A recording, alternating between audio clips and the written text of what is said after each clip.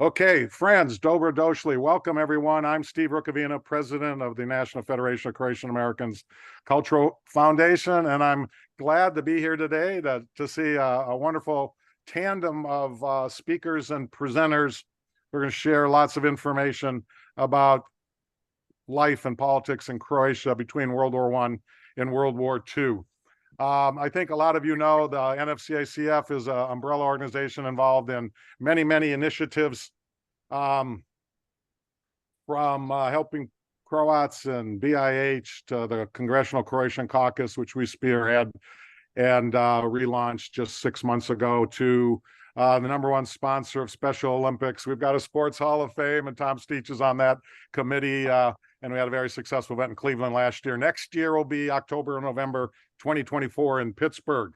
We've got a lot going on too with some special art donation projects and church restorations and the like. Next year we'll be bringing back a cardiac surgeon, a good friend, Dr. William Novak, folks, who operated and saved 596 Croatian children between 1991 and 2003. And he's going to come back, and we're going to invite all the children who are now 30, 32, 35 years old or in late 20s. So Dr. Novak can meet all these patients that he saved when Croatia did not have a pediatric cardiac surgeon. So a lot of really wonderful initiatives in motion. And it's proud to work with so many folks like our amazing volunteer and the chairperson of our history series, who set up the second session, which is starting now. So let me turn my screen over to Judy Zivich. Judy, the screen is all yours. Thanks, Steve. Can you hear me? Yes. Good. Okay. I would like to just quickly go over some housekeeping notes here. Everyone who's on, please mute your microphone if you're not speaking. We will have an opportunity for questions and answers at the end of the session, but if you have some questions during the session that you think of, please add them to the chat. And you'll find that on your screens at the bottom right, there's a more button for most of you. If you click on that, you'll see there's an expanded menu that says chat, so you can type your message or your questions there, and I'll review them towards the end of the session to go over those questions. Also, I would like to let you know that we are recording this session, so this recording will be available to you after the session. We're pretty sure it will be posted to the NFCA-CF website at some point, but we'll let you know that. And also, we'll have some additional reading documents that Dr. Čapo has provided for us too. Okay, so with that, let me start by introducing our moderator. Today is John Kraljić. He was born in New York City of Croatian parents from the Rijeka region. He holds a Juris Doctorate from Georgetown University Law Center, a bachelor's degree from the C.W. Post campus of Long Island University, and a Master's of Arts degree in history from the City University of New York. Mr. Kraljić is a member and officer of the Croatian Academy of America and a member of the Croatian Studies Association. He is also a contributing editor of the Review of Croatian History, published by the Croatian Institute of History, Hrvatski Povijesni Institute. He currently serves as first vice president of our National Federation of Croatian Americans Cultural Foundation. Welcome, John. Thank you.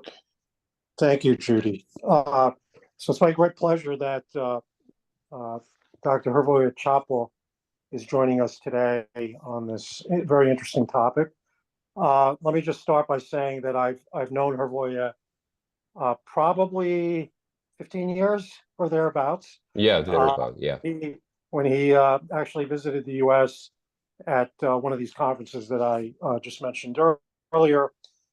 Just a few notes about Hrvoje. So he's from Slovenski Brod, which I find to be interesting because I meet so few people from Slovenski Brod. I think you're the second person I know from there. So Hrvoje is of course a historian. He holds his bachelor's, master's, and doctoral degrees from the University of Zagreb. He worked for a time in the state archives in Slovenski Brod, and his PhD he earned in 2012 on the theme of the repressive apparatus of Royal Yugoslavia. That appeared in a book which is in Croatian, and if you can read it, I think it's an excellent work. I believe I actually reviewed it in the Journal of Croatian Studies as well. Dr. Čapo is currently with the Croatian Institute of History in Zagreb. And I'll just point out the new book a relatively new book that Dr. Čapo wrote, which is relevant to this topic. Is it here? Croatian Diplomatic Reports, Croatia in Diplomatic Reports, rather, in the Diplomatic Reports of the United States, 1918, 1929.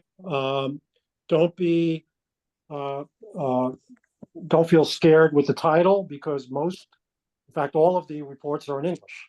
So other than the introductory portions and the footnotes, the actual reports you can read in English if you don't speak or read Croatian. I'll also note that I know Dr. Čapo has mentioned to me that his successor volume covering 1930 to 1939 is about to appear. So we look forward to reading that. So Hrvoje, let me start by asking just sort of a general question. We're talking about obviously the interwar period, but clearly there was a pre-war period, if not pre-war, but a war period where the United States became involved in Croatian affairs and very involved in the post-war period, right before things settled down in that part of the world. You want to tell us a little bit about that, President Wilson's role, how he was perceived in Croatia, how he perceived Croatians, if you know? What can you tell us about that period of time? Yeah. Thank you, John. Thank you for this introduction, and thank you all for joining us. Mark, I can see on my screen. Can you show the next slide called positioning? Because this Slavic issue in Austria-Hungary has its prehistory, and Croatian question is pretty much related to it. So next slide, please.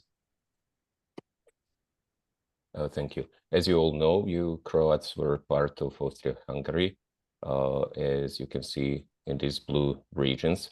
And in the beginning of the First World War, United States had a kind of cordial relationship with Austria-Hungary and had no intention of getting involved in the war.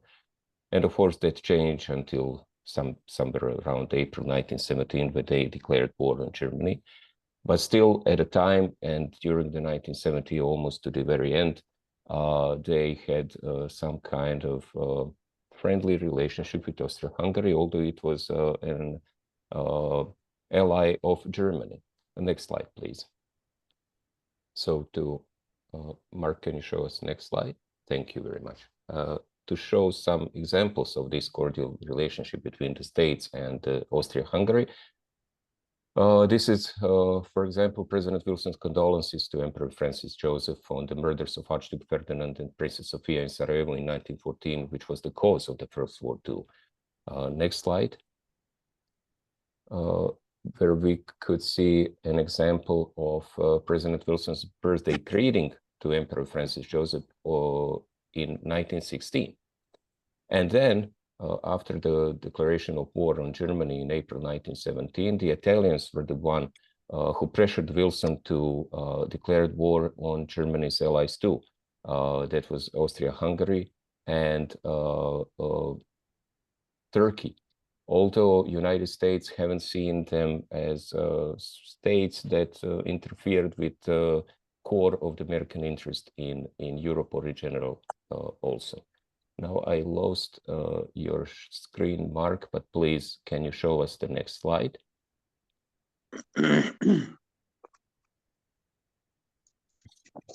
Sorry, my internet's a little unstable.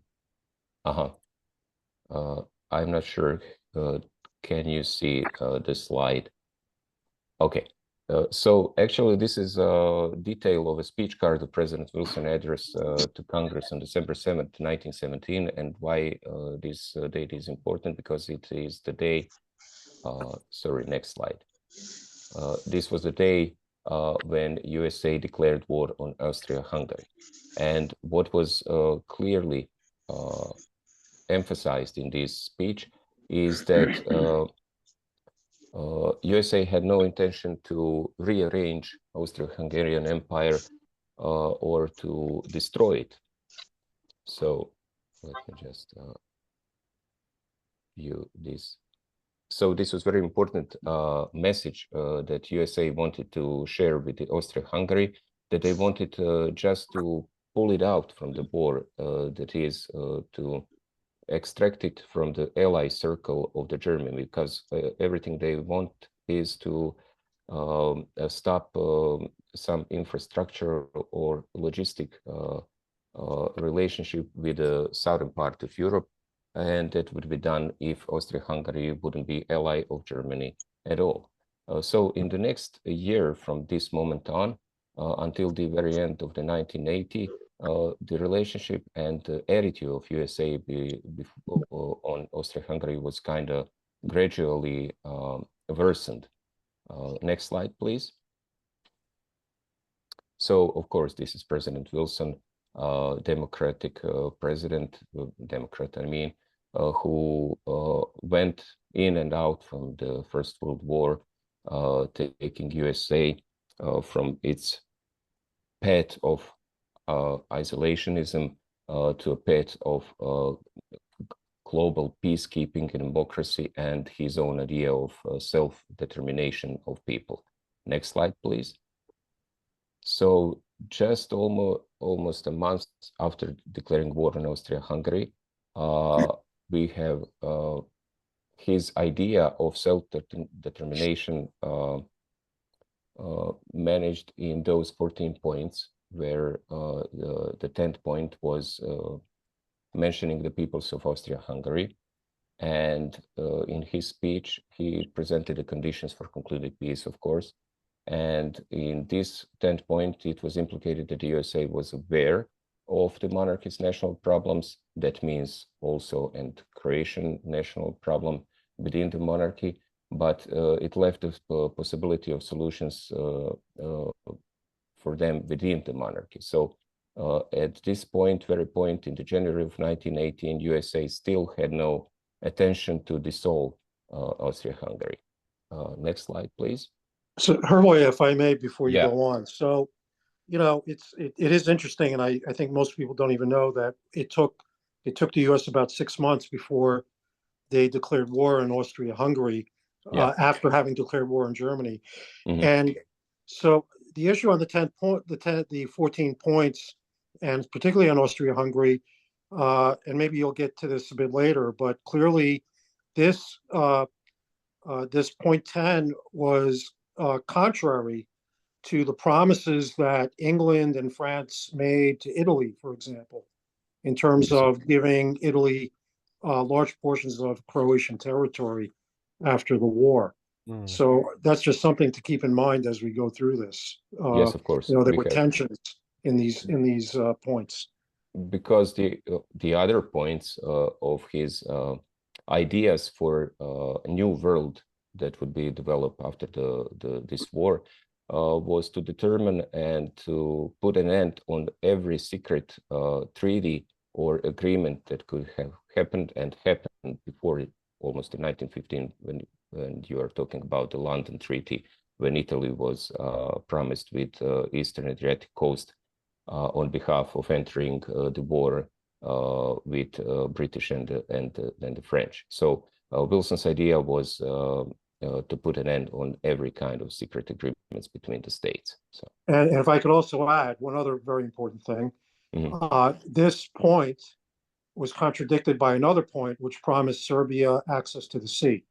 Yeah, of course, that was over guess whose territory, right? 11 point. Yeah, this is interesting because the states at the time saw the South Slavic question separated. There was South Slavs who were living in Austria-Hungary, and there were the Kingdom of Serbia and the other Slavs related to the Balkan states. So they saw it as two separate questions.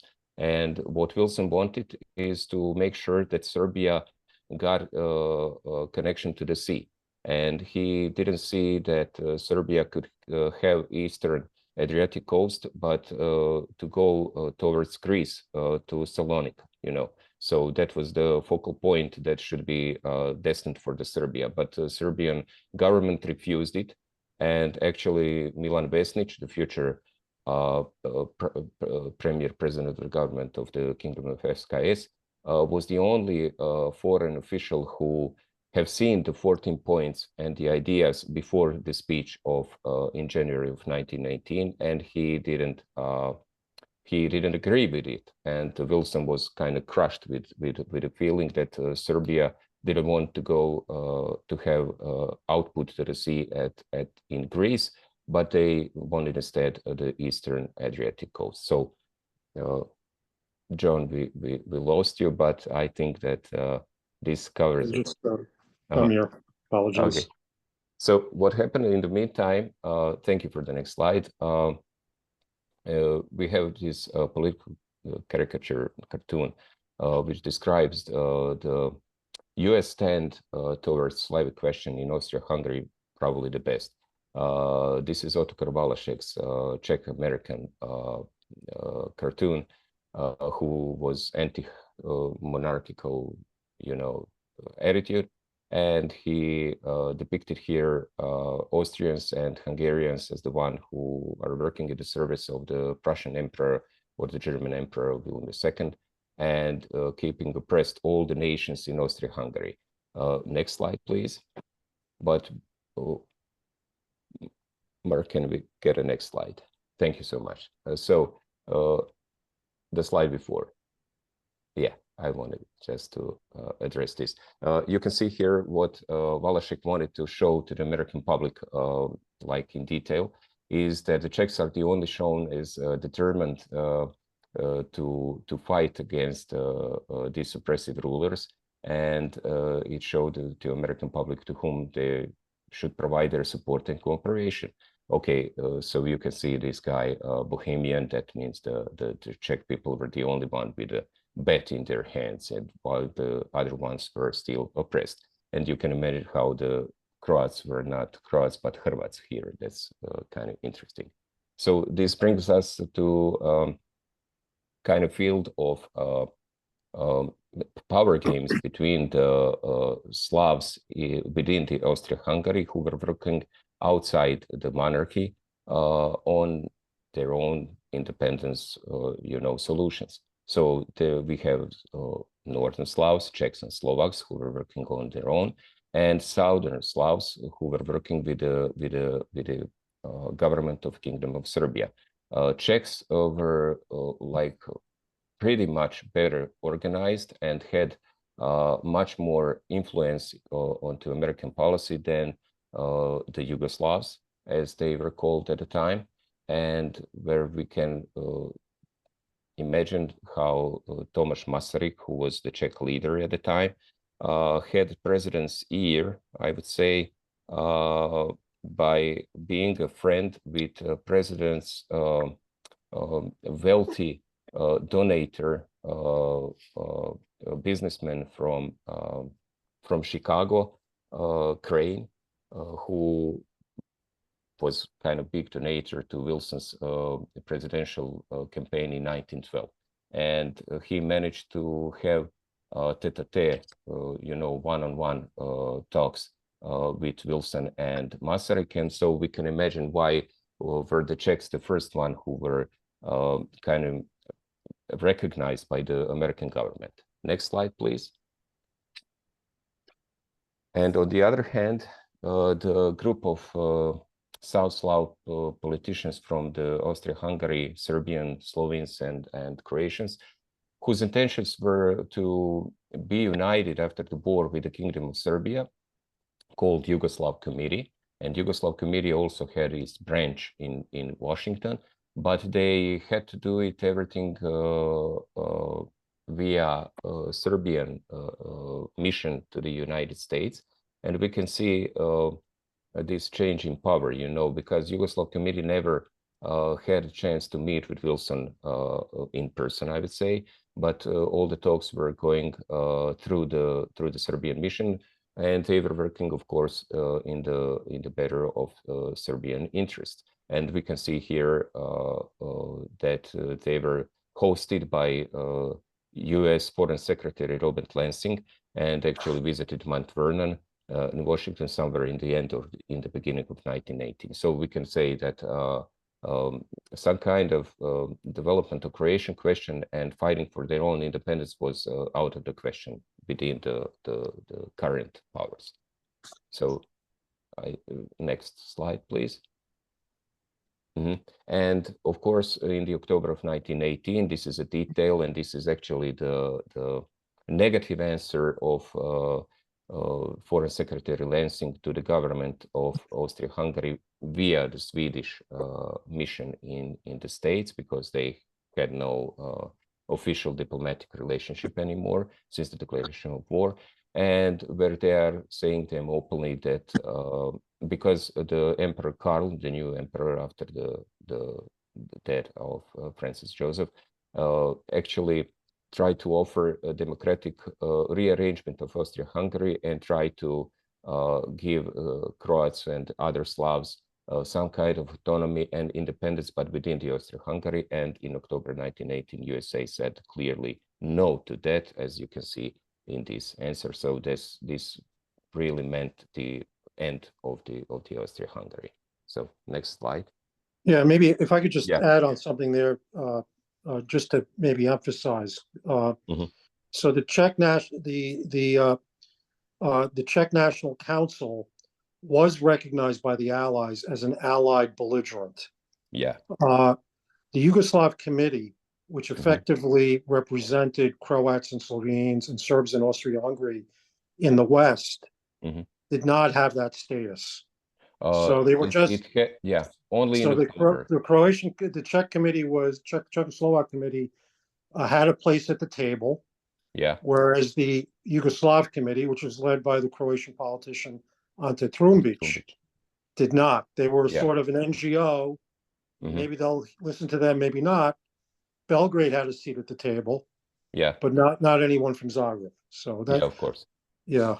And you still had the majority of Croatian politicians who were in Zagreb at the time. You know, they were working in Austria-Hungary, trying to solve the question within the country. And these Yugoslav Committee were the politicians who get out of into exile in the beginning of the war. And you are right, of course. In October of 1918, Yugoslav Committee was also, not Yugoslav Committee, but the national councils, you know, were then recognized as official governments of the new states. Of course, we have the state of the Slovenes, Serbs, and Croats, but this was kind of very short-lived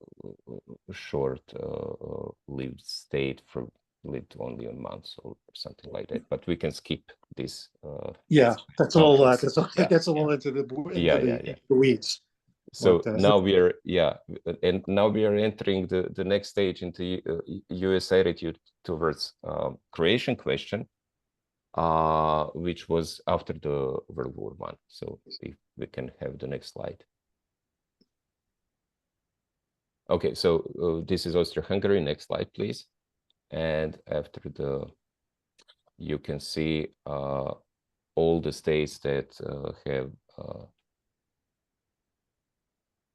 been introduced after the rearrangement of the Austro-Hungarian Empire.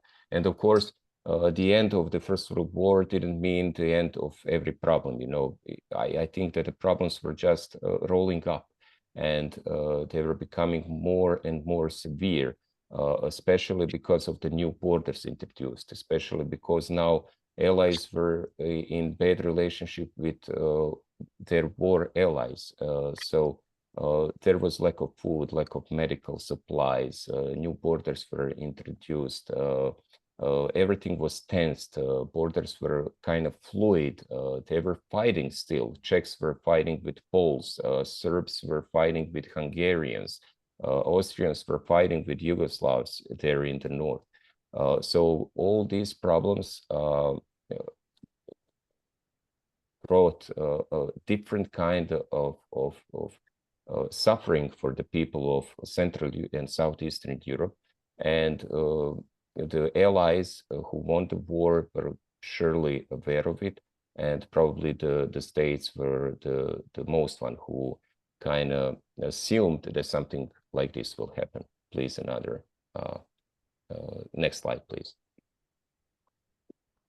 So are you going to introduce us into this subject now, John? Probably. Sure. And I mean, you know, you sort of started on it, I think, which is that, you know, the war did not solve all the problems. And, you know, I have the advantage over everyone else of having seen these slides before everyone else. We'll get to something I think is very interesting in a few minutes, which is, and very few people I think know, is the fact that American naval forces were in Croatia after World War I for a little period. Yeah. But I think one thing that's very important, Hrvoje, and you I think very correctly kind of bring it to the fore at the very beginning. Yeah, there were a lot of problems related to borders, and you know, we part of Yugoslavia, part of Croatia, part of Italy, but there were a lot of social problems. Obviously, the communist revolution in Russia, and beyond that, we had immense problems of food. Mm-hmm. Food was such a problem. So yeah, and I know your very next slide is of a future American president, Herbert Hoover. So why don't you tell us what his role was in all of this? Yeah, his role was that he was appointed a director for the American Relief Administration, kind of organization that worked like through 2 or 3 or maybe even more years in some parts of Europe, bringing Europeans all the money, infrastructure, medical supplies, food. So annoyed. And Europe witnessed at the time the first energy crisis in the history because of the lack of coal. And lack of coal, there was no production anymore because all the coal-rich areas were under dispute by different countries. And Austria-Hungary was somehow powerhouse of the Europe before the war, considering the coal production. And now all the coal, the richest coal mines were in parts of Czechoslovakia and Poland, and they were fighting around it. So there was lack of coal. And Herbert Hoover was appointed as the director of this organization in the name of the Allies, because there was this feeling in Europe that only Americans are the ones who can be trusted, you know, and they were doing their job fast. They had the material. They could bring quickly a report to someone who is going to help them. And please, next slide. And just to show you the immensity of the job done, you can hear in these shaded areas all the states that were helped just after the World War. So next, we will just go through quickly through a few next slides just to show you the expansion of great social problems, you know. So Vienna was almost starving. People were cold and in the dark because of the coal lackness. And next slide, please.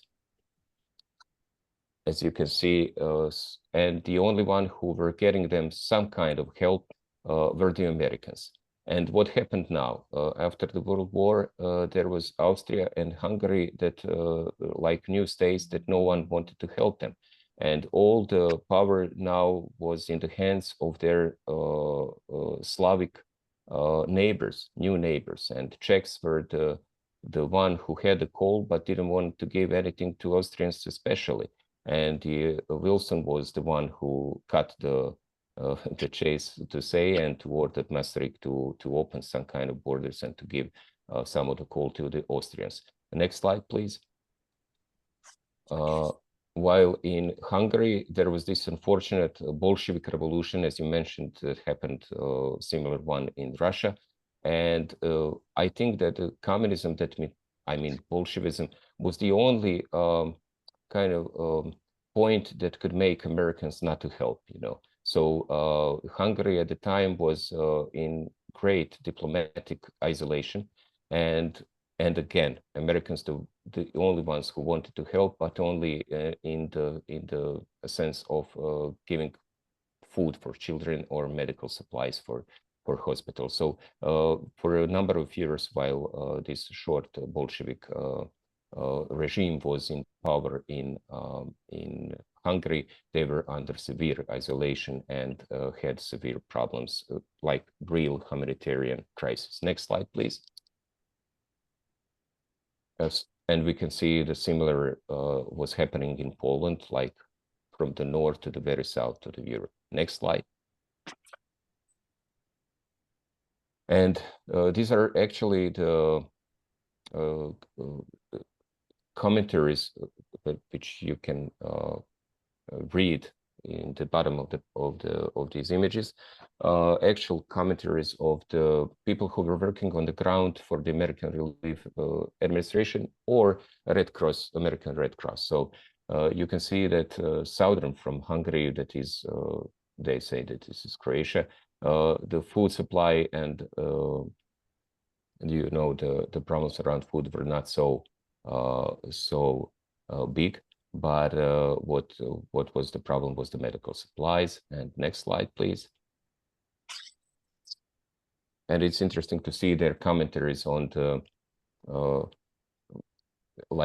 urban identities of the new kingdom, you know. And this is actually a photograph of very center of Zagreb, of today's Trg Jelačić. And this is a very interesting comment, yeah, to see how this is not a way for a capital to be, to, I would say, behave and look. Next slide, please. And now we are coming to Rijeka, of course. So Rijeka was the only point, I would say, Adriatic question in general, but Rijeka, of course, as the single problem, was something that drew Wilson's attention very much. And in 1919, in September, Gabriele D'Annunzio called the first Duce, like Mussolini before Mussolini itself, the real kind of war volunteer and proto-fascist, I would say, occupied Rijeka and held it in Italian hands for about a year, but eventually Rijeka in 1924 was seized to the Italy. And next slide. And American, of course, had this unfortunate, I would say, to have a first peacekeeping mission in the Adriatic also, to keep the Italian and Yugoslav, that is rather Serbian forces apart. And because the Italians were trying to occupy all the eastern Adriatic coast on behalf of that secret London Treaty from 1915. And Americans sailed with this biggest ship of the time, I would say. This is a very famous ship in American naval history. And she was anchored in Split and stayed there for 32 months. Of course, when they came, they saw Split. I think that the sailors said that it was more boring city than Venice, and they couldn't wait to go to Istanbul or any kind of cosmopolitan city of the time. And when they came to the very city in the beginning of 1919, they noticed that there were no bars, there was no fun, and there were no prostitutes. And of course, in 32 months, everything changed. They brought up some kind of modernization, if you want to say it like that, to the social life of Split. And of course, they did a lot beside their core mission to keep the Yugoslavs and the Italians apart, they did a lot to enriching the sport life of the city and introducing like American football. And what's more interesting, American football was not so popular at the time, but the baseball was the sport that the Dalmatians liked a lot. So, and you can visit now today. This ship is anchored in Philadelphia and is part of Seaport Museum, and you have this QR code, so you can kind of research on your own something more about it. Next slide, please. As in all of these kind of problems, immensity of them, there was this guy called Stjepan Radić, who in the beginning of February 1919 was trying to and sending telegram to Wilson at a peace conference, trying to warn him about Serbian violence against Croatian people. And actually this was received by American mission in Paris, but what they answered to Radić was that the president has directed me to, and I'm quoting, to inform you that it will be referred to the proper authorities for consideration, which actually meant that United States, from their own point of view, thought that by creating Kingdom of Croats and Slovenes, all the national questions are now solved, and they are now just internal affairs of the very state. So next slide, please. Okay. Are you going to introduce us to the next chapter? Yes. Yeah, and maybe before we get to the next topic, one thing to point out, and before we leave Wilson, it's important to remember, if any of you pick up a book about Versailles and the Treaty of Versailles in 1919 and America's participation, you'll see that one of the main things that Wilson fell on his sword for was to get Rijeka and at least part of Istria into Yugoslavia rather than being part of Italy. Wilson was seen as a great hero in former Yugoslavia, in the first Yugoslavia, in Croatia. There was a Wilson Square in Zagreb. There was one in Sušak, which was the part of Rijeka that fell to Yugoslavia. And also later on in diplomatic history and even after World War II, there was a proposed border known as the Wilson Line, which was what Wilson proposed should have been the border between Italy and Yugoslavia. Essentially, more or less, he proposed that the area east of Labin in the Istrian Peninsula should be part of Yugoslavia, that to the west part of Italy. That, of course, would have meant Rijeka would have belonged to Yugoslavia. I also want to note, before we get to the new stage of American-Croatian relations, that there were American diplomats in Croatia before World War I. One of them infamously was Fiorello LaGuardia, of LaGuardia Airport fame. He was the American General Counsel in Rijeka for 2 years, 1903 to 1905. So now we're going into a new stage, obviously. Yugoslavia is its own country. And as those of us who know about American history, the interwar period, America became isolationist. So we're not, we were leading the world during the war and right after, but now we were sort of becoming more inward looking. So how did that affect these relationships with now Yugoslavia? And what were their views? What was the view of the US State Department and these diplomats of their work? I think Hrvoje will go into some more detail about that now. Yeah, it's kind of two-folded problem and question, you know. On the one hand, United States didn't know much about the new state and even didn't want to know anything about it. And economic relationship between the states were, I mean, like zero or nothing much was happening. And every other international foreign relation kind of between the states was at its lowest points.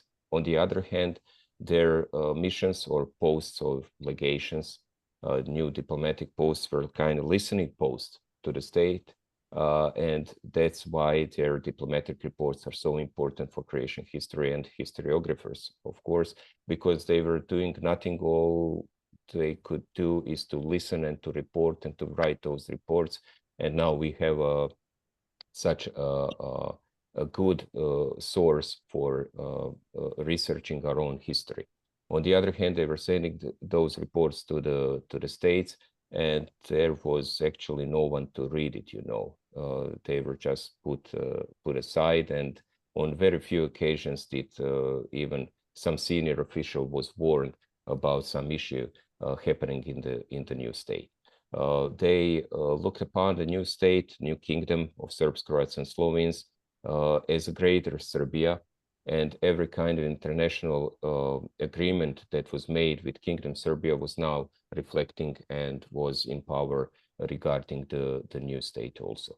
So Henry Percival Dodge was the first U.S. envoy to Kingdom of Serbs, Croats, and Slovenes, and he was actually covering this area from 1917 when he was working in Bucharest, and then was transferred to Serbia to follow their government in exile during the war, and he just continued his work. And you can imagine the kind of tone of his reports while he was so used to work with the Serbian government, and now there was these kind of Croats who were asking for something. So you can imagine that in these reports they were not so positive about Croatian question at all. So we can go to the next slide. I think that we should kind of hurry up these things. So the second one was John Dinley Prince, and he was a really game changer, I would say. He was out of the 4 diplomats in interwar era in Kingdom of Yugoslavia, the only one who was appointed politically. He was non-career diplomat. And what was so interesting about him, that he understood the language. He spoke Serbian, Croatian, and what's more interesting, that he never he distinguished them as the ones, as the Croatian language, as the Serbian language, and he spoke a little bit of Slovenian, although he said that whenever he would like to talk in Slovenian, very fast he would start to talk in Croatian. So he had some problems with Slovenian, but he was U.S. envoy to Belgrade between 1926 and 1933, and actually the best reports from the state came from his mandate, I would say. The next slide. You can see by the look of the face of this guy that he is not so happy with a new post. Actually, this was taken on his very first working day in Belgrade. Charles Stetson Wilson. He was a career diplomat who worked in the neighborhood for a number of years in, I think, Bulgaria and Romania, and then Yugoslavia. And at the moment, I haven't had the opportunity to research his reports more, so we know kind of little about him. So next slide, please. This is Arthur Bliss Lane, of course. What's interesting, he came as U.S. envoy to Belgrade in 1937 and stayed there up until 1941. Like everyone other, he wasn't happy about his new post. He considered Belgrade as the worst post that one could get, and but interestingly, he was the one who witnessed the bombardment of Belgrade in April of 1941. He witnessed the coup in March of 1941. So his reports are very, very good ones, and his remarks are great on who is to blame for the April War loss of Kingdom of Yugoslavia. So the next slide.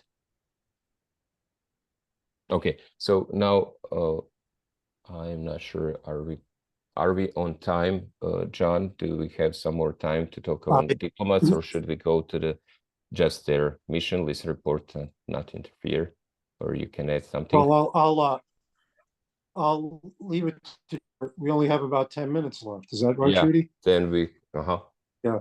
So maybe we could wrap it up, and I'm sure people have a lot of questions. So of course, yeah. It's maybe if you can, and as a last pretty point, complex subject. yeah, just as a last point, tell us about Wild Bill Donovan, the founder of the CIA in 1941 in Belgrade.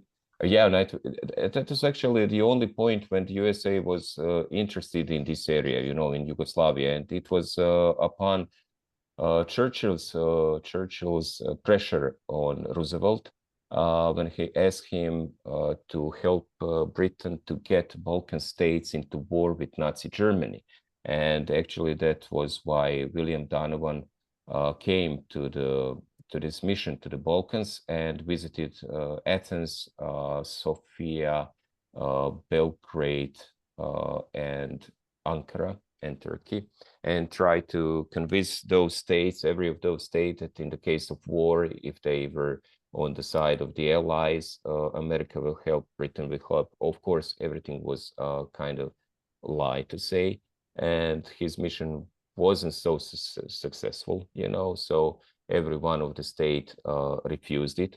Even Yugoslavia was so, I would say, kind of worried about his mission to Belgrade, because Germans were aware of everything at the time. They were so incorporated into intelligence of Yugoslav state that they knew what was the real reason why Donovan came here, and Yugoslavs were afraid that there will be some kind of repercussions for them from Germans because of them only talking to Donovan at all. So it's interesting to say that Arthur Bliss Lane was born by Prince Paul, who became the regent after the assassination of King Alexander in 1934.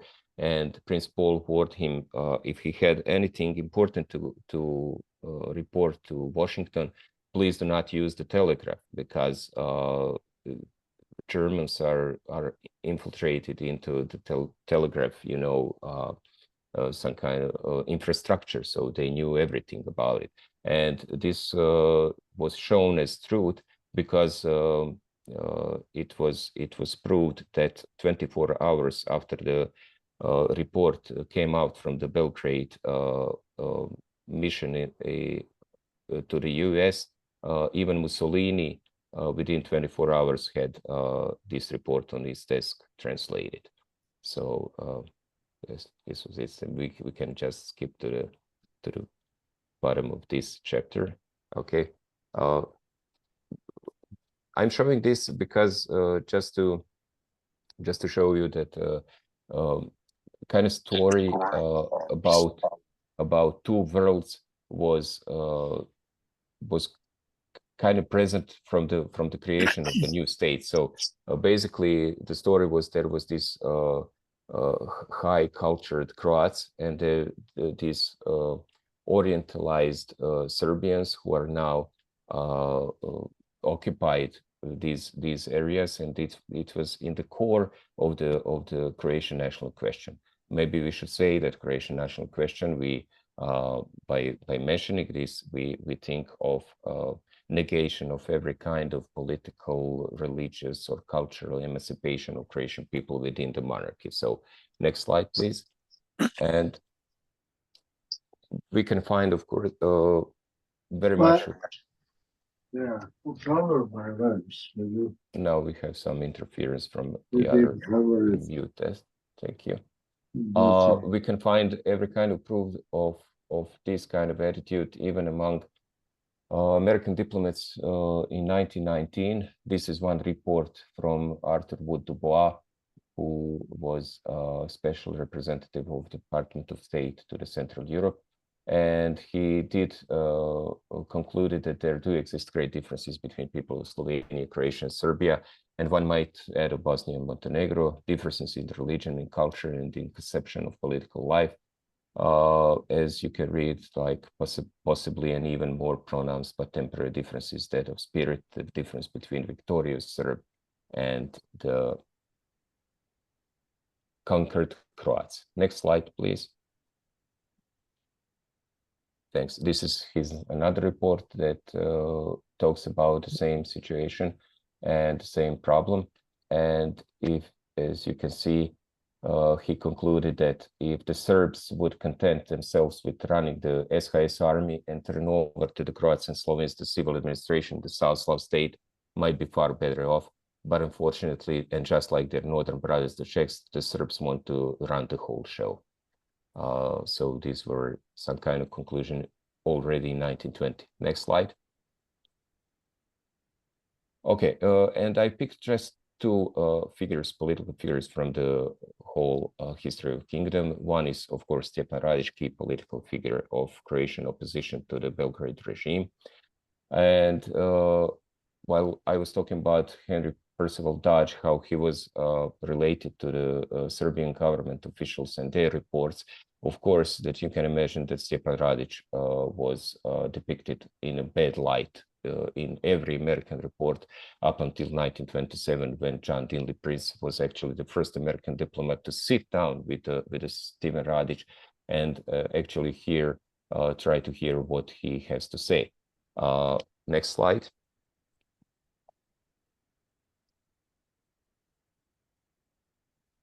And this is actually his opinion on Stjepan Radić. You can read it for yourself here. But what he wanted to say that he kind of admired Stjepan Radić. After all, he was aware of all his escapades, I would say, political tricks. But he admired him for his devotion to independent Croatia. That's what he thought. I mean, John Dinley Prince thought that this was his core motive of political work. Next slide. Okay, and this is King Alexander Karađorđević, of course, member of Serbian royal dynasty of Karađorđević. In 1929, he introduced his own personal regime dictatorship. That was something what was common in Europe at the time. You know, in 1920s, Italy was having this fascist rule. 1933, we know what happened in Germany. And there were like 20 or something states that had some kind of authoritarian regime or dictatorship at the time. Dictatorship in Kingdom of Yugoslavia lasted from 1929 till 1934, when he was assassinated in October in the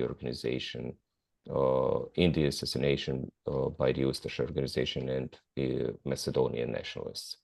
So next slide. And of course, there are a lot of details to talk about, but we will just skip those and go through the things. And this is very effective, I would say, Prince's opinion on King Alexander Karađorđević, and in a way, it's his testament. This report was written in 1933, among his last one made from Belgrade, and it's his testament to his successor, whoever that would be. You can see that he said that King Alexander had only one idea in mind: the preservation of the integrity of his state, so that he may hand it over to his successors when his days are over in as nearly as possible the same conditions territorially as it is now. So it was important for King to have like territorially big country as Kingdom of Yugoslavia was. And just to skip this part, there can be no doubt that he is a great ruler and that he is personally most charming man. His fault is naturally Serbian one, that he is perfectly indifferent, like all his fellow tribesmen, to the opinion of any outsider. No Serb really cares what any foreigner, even a Frenchman, thinks of his personality, his life, and his methods. If one remembers this characteristic, a great deal of mental trouble will be saved to anyone who is a minister in Yugoslavia. So next slide, please. Just to show some kind of examples of pretty harsh repressive system during the dictatorship, especially against non-Serb nations at the time. Please give us the translation of this payment order. Next slide. Thank you. So I will let you read on your own, because this is one of the bizarre examples of harsh repression that was introduced on Croatian people at the time. So this guy was asked to pay for the 5 bullets that were spent in killing of his father. Next slide. Okay, these are just few of maybe hundreds and thousands of people who were in jail or even killed. These are the civilian victims, 15 Croatian peasants. Next slide.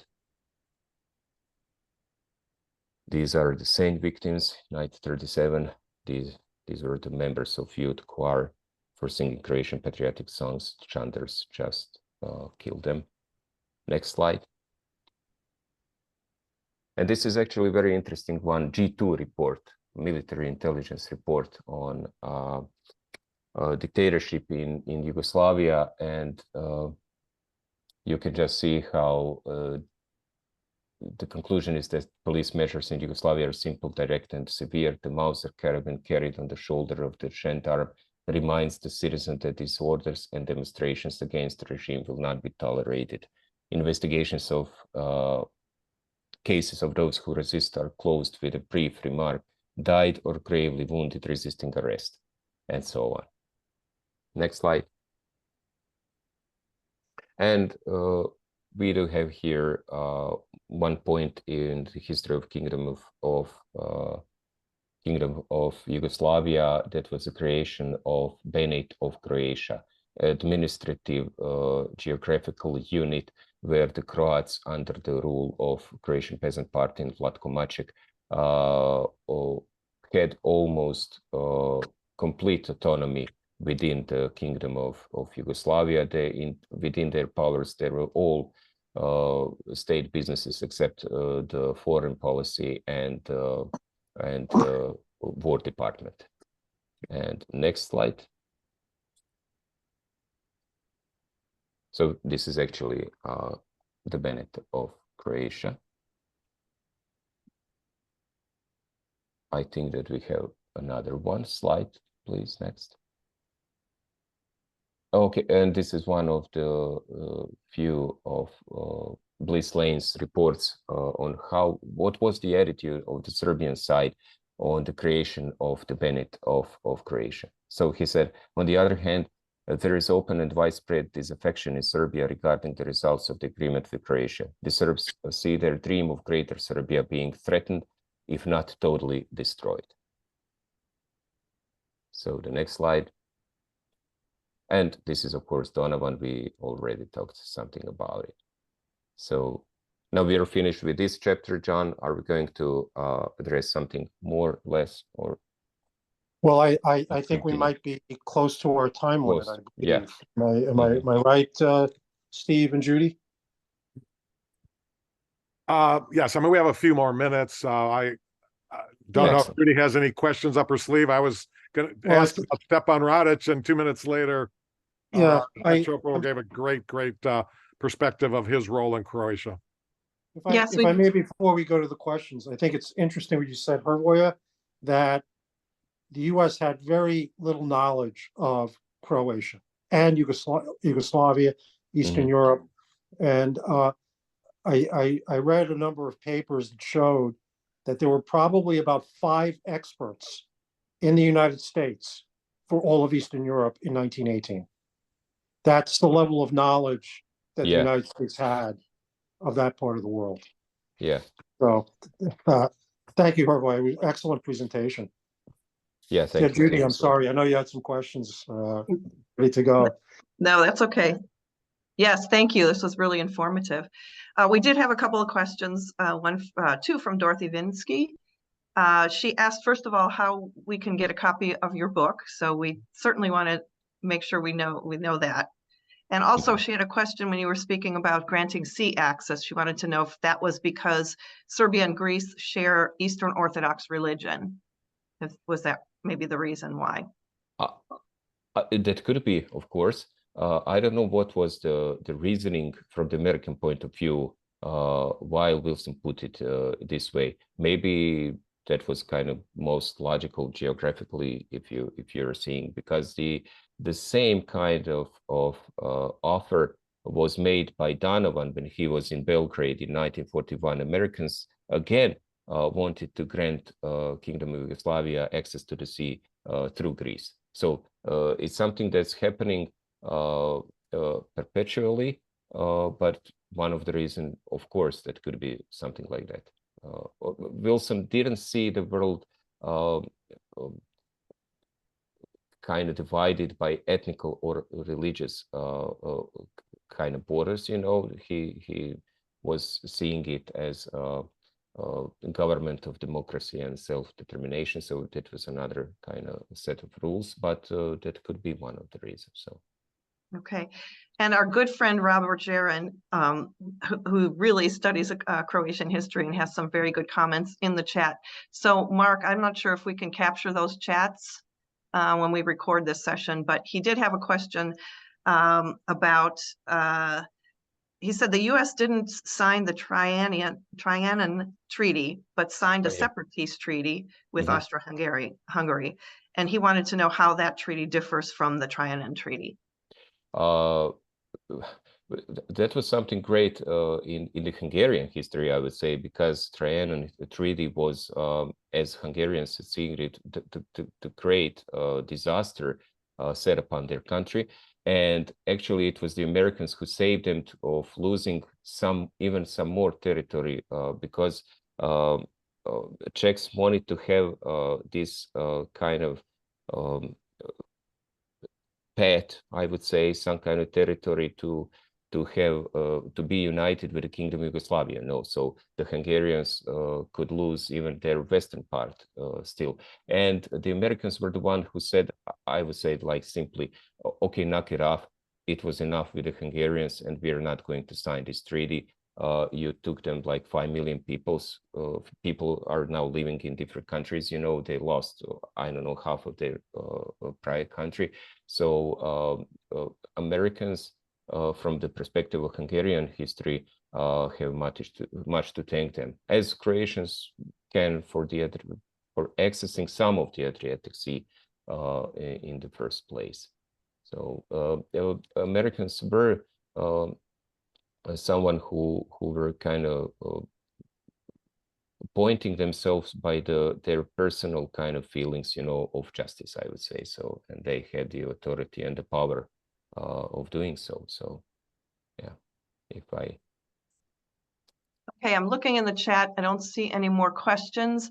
I just wanted to remind everyone that this entire presentation, the PowerPoint slides, will be available. Eventually, we'll try to post them to our NFCA website. So I think that would be a good place to put these and the recordings.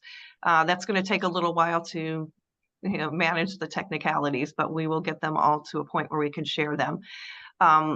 I also wanted to say that Dr. Čapo shared with us the first chapter of his book, which is now translated into English. It's the whole book is being translated, but we do have the first chapter, which he agreed to let us share with you. So we'll be doing that soon. And also we will let you know in a future mailing how you can get a copy of his book. Does anyone have any other questions? Yeah, Judy, maybe, I'm sorry, I see Tom has a question, sorry. I was going to make a comment. Many years ago, I was at V.I. Monich's retirement house in Sarasota. He was president of CFU from 1947 to 67.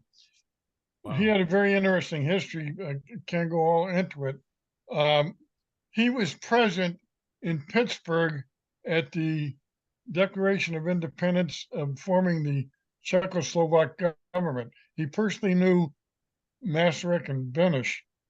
And the reason for my comment, he asked me one time, since I told him I was in Washington, D.C., he participated in an all-Slavic parade up Pennsylvania Avenue, and he couldn't remember when it was. So I was going to try to find it for him. Back then in 1919, the Washington Star was the largest and most prestigious newspaper in Washington, D.C.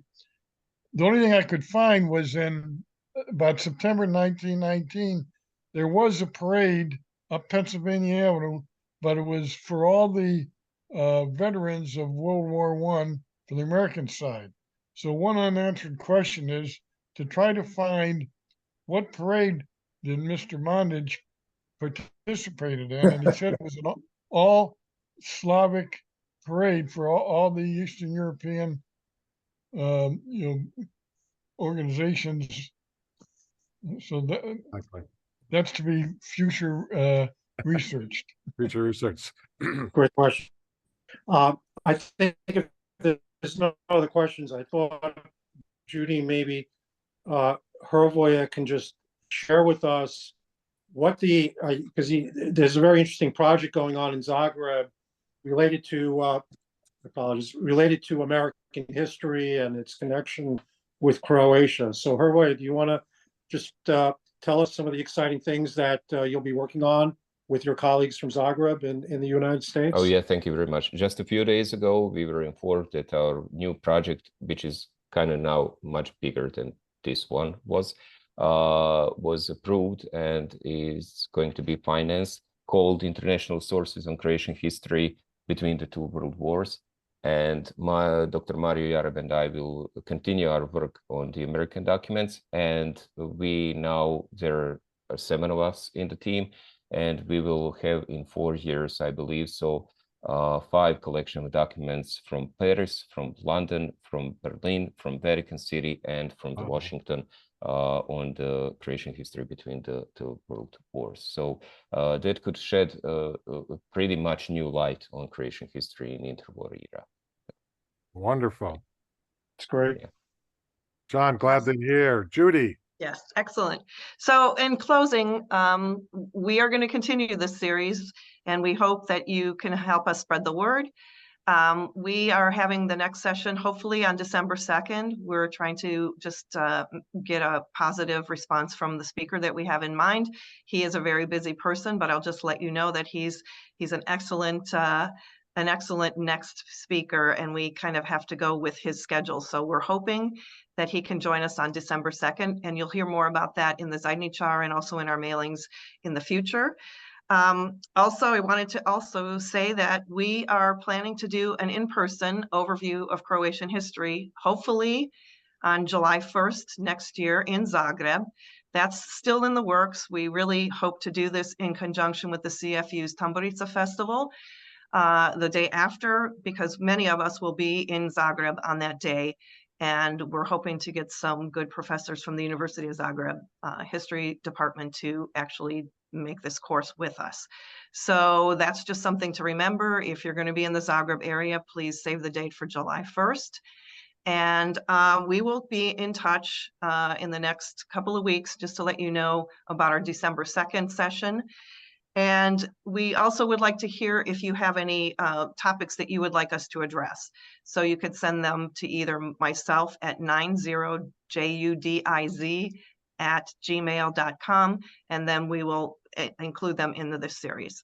And that's pretty much all I have to say. Thank you for joining us.